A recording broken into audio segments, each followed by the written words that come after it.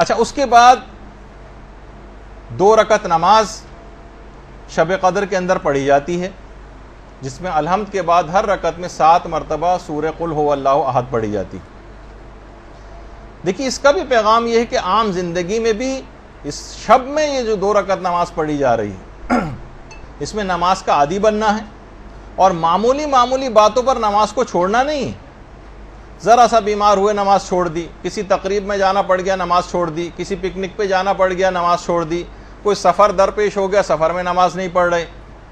اور اس نماز کو نہ صرف پڑھنا ہے بلکہ بہتر بھی بنانا ہے۔ پڑھنا بھی ہے، بہتر بھی بنانا ہے، جس کے لیے ہمارے درسوں کی ایک سیریز چل بھی رہی ہے کہ نماز کو بہتر کیسے بنائیں۔ اچھا، مردوں کے لیے تو بہرحال پھر بھی مواقع ہیں، خواتین کو اتنے مواقع نہیں مل پاتے، لیکن مسلمانوں کی بہت سی روایات کے اندر ایک بات یہ بھی آئی ہے کہ شب قدر کا ایک حصہ ان لوگوں کو بھی مل جاتا ہے عام دنوں میں بھی، جو مغرب و عشاء کی نمازیں جماعت سے مسجد کے اندر جا کر پڑھتے ہیں۔ البتہ وہ افراد کہ جو بے نمازی ہیں یا گھنٹے دار قسم کے نمازی ہیں، وہ اس رات کی، کیونکہ اس سے پیغام ہی انہوں نے کوئی نہیں لیا، جو 2 رکعت نماز بھی پڑھی بس اس رات کی حد تک رہے، اس کو پھیلایا نہیں اس شب قدر کو تمام راتوں کے اوپر۔ تو کیا اس سے ہوتا ہے کہ اکثر لوگ یہاں پر رابطہ کرتے ہیں مدرسے میں کہ ہمارے والد تھے، 70 سال کی عمر تھی، 90 سال کی عمر تھی، اور پوری زندگی میں ایک نماز بھی نہیں پڑھی، ان کی نمازیں پڑھوانا۔ پھر جب ان کو بتاتے ہیں، ان کے روزوں کا وہ بتاتے ہیں سلسلہ کہ یہ، تو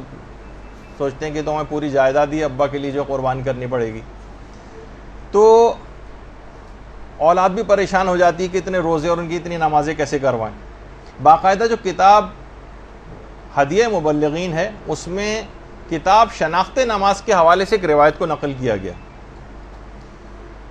وہ یہ ہے کہ ایک دفعہ ایک شخص پیغمبر اسلام کے پاس آیا، اللہم صلی علی محمد و علی محمد،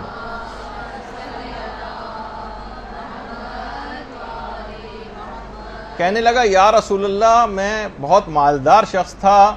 اب میں بالکل فقیر ہو گیا ہوں۔ پیغمبر نے کہا کیا تم نماز نہیں پڑھتے ہو؟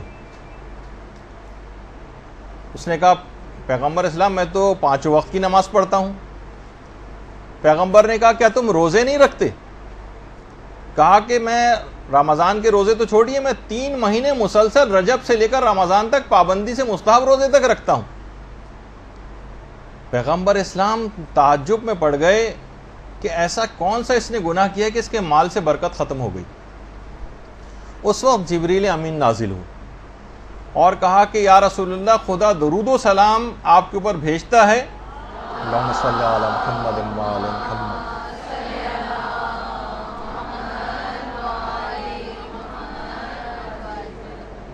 آپ اس بندے سے کہہ دیں کہ اس کا جو باغ ہے، اس باغ کے اندر ایک گھونسلہ ہے چڑیا کا، اس گھونسلے میں ایک بے نمازی کی ہڈی کا ایک ٹکڑا موجود ہے، جس کی نحوست کی وجہ سے تمہارے مال میں بالکل برکت ختم ہو گئی اور تم مفلس و نادار ہو گئے۔ پیغمبر اسلام نے اس شخص کو یہ بات بتائی۔ وہ شخص اپنے باغ میں گیا، اور وہ عام طور پہ ہوتا ہے نا، جانور کوئی نہ کوئی ٹکڑا اٹھا کر لے آتے ہیں کسی ہڈی کا، وہ اس نے گھونسلے میں سے نکال کر کسی دور جگہ پھینک کر آیا، اس کے اثرات بد دور ہوئے اور دوبارہ مال کے اندر اس کے برکت آنی شروع ہوئی۔ تو آپ خود سوچیں کہ بے نمازی کی ہڈی کا ایک چھوٹا سا ٹکڑا وہ اتنا زیادہ نحوست رکھتا ہے، تو ایک مجسم بے نمازی آپ کے اطراف میں موجود ہوں، مجسم بے نمازی آپ کے گھروں کے اندر آپ کے ساتھ رہتے ہوں، تو وہ گھر کتنی بلاؤں، تکلیفوں، مشکلات، پریشانیوں اور فقر و فاقے کا شکار ہوگا، جو لوگ آج ہر وقت اس کا ذکر کرتے رہتے ہیں۔ اور بے نمازی سے مراد یہ نہیں کہ جو شروع سے آخر تک ایک نماز بھی نہ پڑھتا ہو، جو گنڈے دار ٹائپ کے نمازی ہوتے ہیں، کبھی پڑھ لی کبھی نہیں پڑھی، کہ فلاں نماز فجر کی روزانہ قضا ہو گئی، ساری نمازوں قضا کر کے کبھی ایک ساتھ پڑھ لیا، ان کے بھی اثرات نحوست اسی انداز کے ہوتے ہیں۔ تو اگر آپ نے خود اپنے آپ کو نمازیں ٹھیک بھی کر رہی ہیں، لوگ بڑے پریشان ہوتے ہیں، جیسے اس نے آ کر کے میں 3 مہینے کے مستحب روزے بھی رکھتا ہوں، تمام نمازیں بھی پابندی کے ساتھ پڑھتا ہوں، کوئی واجبات اپنا چھوڑتا نہیں ہوں، پھر بھی میں مفلس ہوتا جا رہا ہوں، اس وجہ سے کہ آپ تبلیغ نہیں کر رہے ہیں اپنے اطراف والے لوگوں پر۔ وہ اگر ویسے ہی خراب رہے اور آپ ذاتی طور پر اپنے عمل کو اچھا کرتے چلے گئے، تو لا محالہ ان کے اثرات آپ تک پہنچیں گے، اور یہی بے برکتی اور نقصان کا سبب آپ بنیں گے۔ جیسے کوئی بہت بدبودار چیز کمرے، آپ لاکھ خوشبو لگا کے بیٹھے رہیں اور کوئی سڑی ہوئی مچھلی کمرے میں لا کے رکھ دیں تو اس کے اثرات آپ تک پہنچیں گے؟ آپ فقط اپنے لباس پر خوشبو سے اس گندے اور برے اور بدبودار چیز کے اثرات کو دور نہیں کر سکتے۔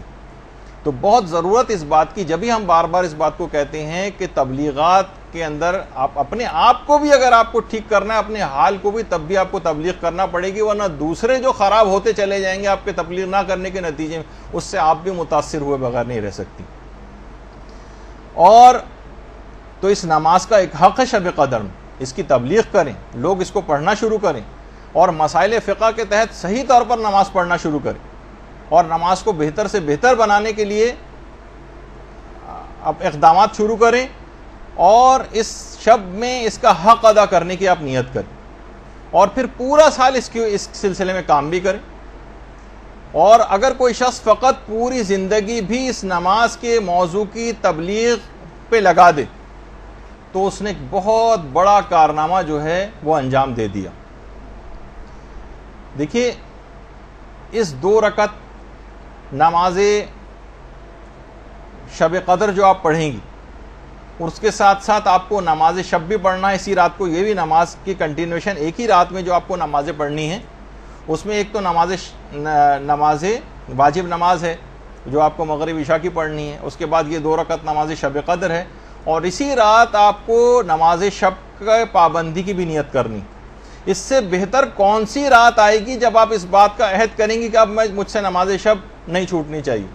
جو بالکل مبتدی ہیں، جب تک بالکل نہیں پڑھتے ہیں، میں ریکمینڈ کروں گا کہ وہ 1 مہینے تک فقط ایک رکعت نماز شب سے ابتدا کریں۔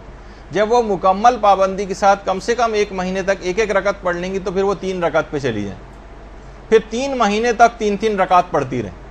اور اس کے بعد جب 3 مہینے تک عادی ہو جائے تو پھر آرام سے 8 رکعتیں اور 11 رکعتوں تک بھی جانا کوئی مسئلہ نہیں ہوگا، چلتے پھرتے بھی پڑھی جا سکتی ہیں، الحمد کے اوپر اکتفا بھی کیا جا سکتا ہے، تمام مستحبات بھی نکالے جا سکتے ہیں، چند منٹ کی یہ نماز، لیکن اس کا آپ کو عادی بننا پڑے گا۔ اور نماز شب کے متعلق یہ بات کہی جاتی ہے کہ یہ معنی گناہان آئندہ ہے اور کفارہ گناہان گزشتہ ہے،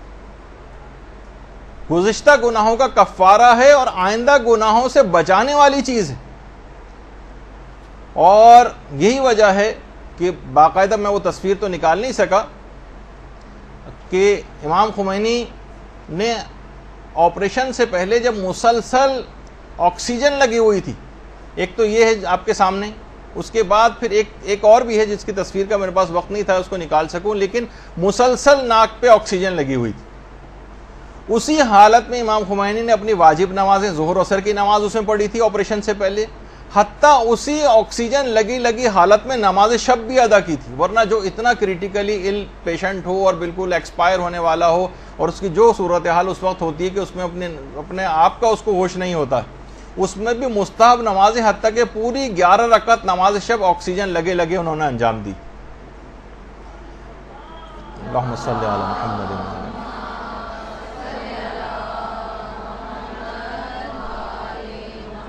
کیسے چھوڑ دیتے اس نماز کو جس کے لیے ان شب قدروں میں عہد و پیمان کیا ہوا تھا؟ صاحب ارادہ تھے، ہماری طرح تو نہیں تھے کہ ذرا سی ہاتھ کے اوپر اگر ڈرپ لگ جائے تو ہم اس کو چھوڑ دیتے ہیں۔ امام خمینی کی حد تک تو ہے ہی بات، لیکن آیت اللہ یہ بھی کچھ عرصے پہلے ان کی بھی تصاویر وغیرہ اس انداز سے آئیں گی۔ ظاہر ہے کہ علماء، امام خمینی کی تو ایک الگ ہی شخصیت تھی کہ ان کو ایک چیز فلم بنائی جا رہی تھی ان کی، تاکہ ان کی شخصیت ایک رہبر کبیر ہونے کے حوالے سے تھی، لیکن دیگر ہمارے مراجع وہ بھی اسی طرح سے عمل کرتے ہیں، تمام مستحبات کے ساتھ عمل ہوتا ہے کہ کس طریقے سے نمازی، اور ان کا بھی یہی طریقہ کار ہے۔ اور خود آپ دیکھیں کہ واقعی شب قدروں میں یہ جو اعمال ہیں اور جو نمازیں بھی ہیں، یہ خود یہ جو قوم آپ کے سامنے ہے جو تمام ظالموں سے اکیلی اور تنہا مقابلہ کر رہی ہے، وہ کس طرح سے ان کے اندر یہ کیفیت پیدا ہوئی۔ دیکھیں وہاں پہ جو بیمار ہیں، بیمار ہاسپٹلس کے اندر، اب کچھ تصاویر میں آپ کو دکھاؤں گا، اس سے ان لوگوں کا اندازہ ہوگا کہ کتنی ایمانی جذبہ اور اپنے آپ سے ان کا موازنہ کرتی جائیے گا کہ ہم معمولی سی چیزوں میں ڈرپ لگ گئی تو نمازیں چھوڑ دیتے ہیں، ہاتھوں میں کینیولا لگ گیا نمازیں چھوڑ دیتے ہیں، اسپتال میں داخل ہونا پڑ گیا، مریض تو چھوڑیے لواحقین تک نماز چھوڑ دیتے ہیں کہ کیسے یہاں پر نجاست ہے اور فلاں ہے اور کیا چیز ہے۔ اب آپ دیکھیے ان لوگوں کی حالت، کہ وہاں پہ اعمال شب قدر کے لیے مریض تک بستر پہ لیٹ کر اعمال شب قدر جو ہے وہ انجام دے رہے ہیں. جو لواحقین ان کے ساتھ بیٹھے ہیں بجائے کہ فضولیات وقت ضائع کرنے کے ٹی وی دیکھنے کے وہ اس کے اندر مشغول ہیں. آپ خود سوچیں کہ ایمانی یعنی کسی بھی جگہ ہونا معنی نہیں ان کے لیے ہوتا ہے کہ وہ جو ہے اس رات کو عبادت جو ہے وہ انجام نہ دیں. حتیٰ کہ جو اتنے قریب المرگ ہیں ان تک کو جو ہے عمل قرآن وغیرہ کروایا جا رہا ہے، اہمیت سے آگاہ ہیں. اور خود پیرامیڈیکل اسٹاف اور ڈاکٹر حضرات بھی بیٹھ کے کرتے ہیں اعمال اسی طریقے سے. یا جو جہاز میں ہیں اور شب قدر گزارنی پڑ رہی ہے تو باقاعدہ ایک کونے میں بیٹھ کے لوگ باقاعدہ اپنے اعمال شب قدر تک انجام جو ہے وہ دیتے ہیں. یہ نہیں سوچتے کہ ہم تو سفر میں ہیں. مثلا جو لواحقین ہیں مریضوں کے، وہ مریضوں کے لیے بھی اور وہیں پہ بیٹھ کر اپنی جو ہے عبادتوں کو جو ہے وہ انجام دے رہے ہیں. کتنی خواتین اس طرح سے ہیں بالکل قریب المرگ عزیز ان کے موجود ہیں، ان کے جو سرہانے جو ہے وہ بیٹھی ہوئی خواتین ہیں. خود مریض حضرات بھی یہ دیکھیے کہ باقاعدہ، ظاہر ہے کہ سب مریض تو اس طرح سے اسپتال میں نہیں ہوتے نا کہ کچھ بھی نہ کر سکیں، وہ بات بھی کر سکتے ہیں، کچھ چیز پڑھ بھی سکتے ہیں، تو وہ کیوں اپنے وقت کو جو ضائع کریں، وہ اس کو اس طور پر کام میں لے کر آتے ہیں. تو یہاں پہ بھی جو مریض ہیں ان کو کوشش کرنی چاہیے، ان کو چیزیں پڑھ سکتے ہو تو آپ پڑھنے کو ان کو چیزیں دیں. اور جو لواحقین ہیں وہ بھی وہیں بیٹھ کر مریض کی صحت یابی کی، حتیٰ کہ جو بالکل مرض موت میں بس اب انتقال ہوا کہ تب انتقال ہو، ان کو بھی عمل قرآن وغیرہ وہاں پر کروائے جاتے ہیں اور ان کی طرف سے لوگ جو ہے وہ کرتے ہیں. اور ہمارے ہاں ہمیں بالکل برخلاف، ہمیں ایک جگہ بھی کہیں ایسا نظر نہیں آتا. آپ سروے کر کے دیکھ لیجیے شب قدروں میں کسی بھی اسپتال میں جا کے کیا ہوتا. مریض خود اپنے بستروں میں بیٹھ کر وہ جو کھانے کی جو ایک ٹیبل ہوتی ہے اس پہ رکھ کر قبلہ رخ ہو کر، اگر قبلہ جو ہے وہ بالکل ان کے پشت کی طرف ہے بیڈ کی، تو وہ پورا مڑ کر اور کوشش کرتے ہیں کہ ہم ان اعمال کو اس رات کے اندر جو ہے انجام دیں. جو ریسیپشنسٹ ہوتے ہیں، جو کچھ ہوتے ہیں، وہیں پہ بیٹھ کر جتنا ممکن ہو ان کے لیے دعائیں وغیرہ پڑھنا، وہ دعائیں پڑھتے ہیں. بہت سی خواتین اس طرح انداز کی ہیں اور بہت سے مریض کے آکسیجن لگی ہوئی ہے، لیکن پھر بھی اس رات کو بہترین طریقے سے گزارنے والا ایک عمل جو ہے وہ انجام دیا جاتا ہے. بس آپ کو دکھانے کے حوالے تک ایک تشویق ہو، ایک ترغیب ہو اور معنی نہ سمجھا جائے. مریضوں کو بھی یہ تمام چیزیں وہاں پر مہیا کریں، جو کر سکتے ہیں وہ خود کریں، ورنہ ان کے لواحقین اس کو انجام دیں. برحمتك يا أرحم الراحمين وصلى الله على محمد وآله الطاهرين.